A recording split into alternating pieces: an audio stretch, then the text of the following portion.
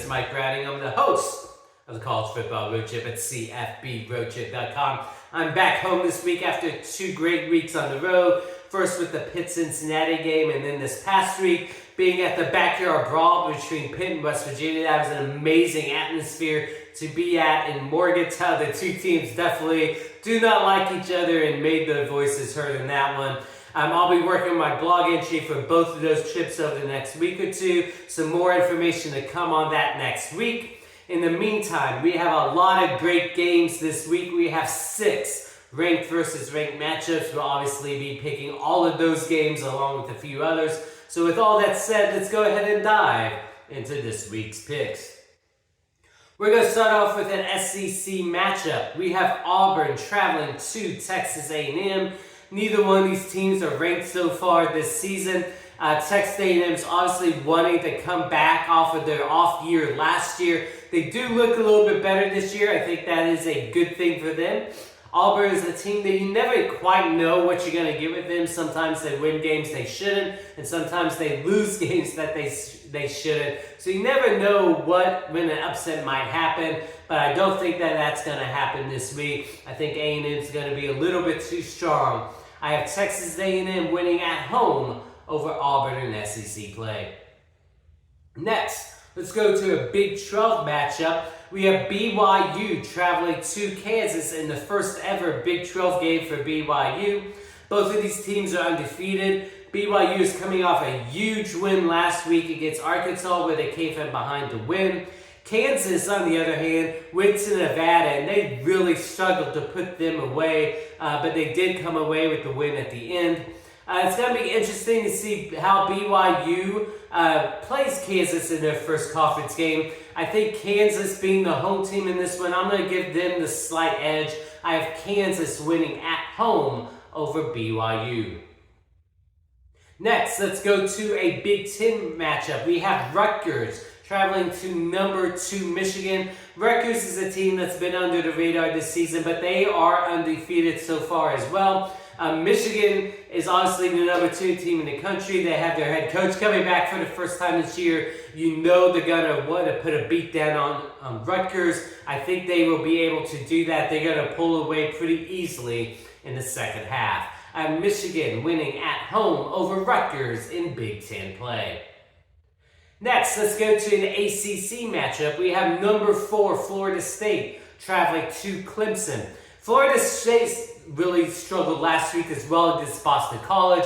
They were able to pull out the 2-point victory. That's obviously not what they wanted. They probably were looking ahead to this matchup. They know that they want to win the ACC or have all the momentum on their side in the ACC at least. They have to put away Clemson, because Clemson's the team that for the past few years has been the team to beat, even though they struggled a little bit last year.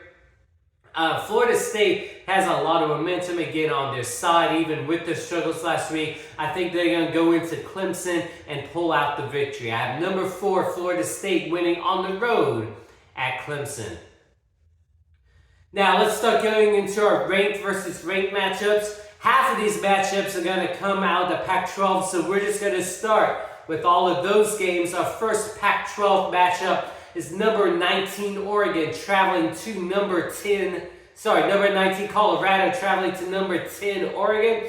Obviously, Colorado is the bandwagon pick for a lot of people around the country after the big win against TCU. But I am not on the Colorado bandwagon yet. Yes, they had a great win over TCU in week 1, but they struggled pretty big against Colorado State. Had to come from behind, go to double overtime just to beat Colorado State. And now you're asking them to go on the road to a really good Oregon team that puts a ton of points on the board. I just don't think Colorado's going to be able to do it this time around. I have number 10 Oregon winning at home over Colorado. Our next Pac-12 matchup is number 22 UCLA traveling to number 11 Utah. With all of the big teams in the Pac-12 and all the teams with all of the talk on this side, UCLA is one of those teams that's been a little bit under the radar in the Pac-12 with so many teams ahead of them. Utah is obviously a team that did beat a Florida team. That win is looking a little bit bigger now. They had to come from behind to beat Baylor, so they're not, but probably not quite as strong as they were last year, but they still are a very good team. And I think being the home team in this one will give them the edge over UCLA. I have number 11 Utah winning at home over UCLA. Excuse me. Our next Pac-12 matchup, we have number 14 Oregon State traveling to number 21 Washington State. I think Oregon State is the real deal. I think the fact that they're up to number 14 is not a fluke. Washington State, on the other hand, they are a good team, but I think that they are a team that will lose to a lot of other Pac-12 teams just because there's so many other good Pac-12 teams ahead of them. I think Washington State will fall out of the top 25, probably after their loss this week, but definitely as the season goes along. I have number 14, Oregon State, winning on the road at 21st ranked Washington State. Next, let's go to a big SEC matchup. We have number 15, Ole Miss, traveling to number 13, Alabama. After Alabama lost to Texas, I picked Texas to win that game at Alabama. I didn't really consider that a slight against Alabama, but after watching how much Alabama struggled against South Florida last week on the offensive side of the ball, I'm concerned about Alabama going the rest of the year. You know that Ole Miss is going to want to go into Alabama and put them on notice and get the big win there. And I'm going to pick them in a slight upset in this one. I have number 15 Ole Miss winning on the road at number 13 Alabama. Next, let's go back to the Big Ten. We have number 24 Iowa traveling to number 7 Penn State. Iowa started looking a lot better last week, although the competition against Western Michigan was not very tough. On the flip side, you have Penn State, who's looked pretty good so far this year, although they have not played a very strong slate to this side. So you know that Penn State is going to want to show Ohio State and Michigan that they're going to be right up there in the Big Ten as well. I don't think they're going to have much problem doing that. Iowa is a decent team, but they're not a top-tier Big Ten team. I have number 7 Penn State winning at home over Iowa.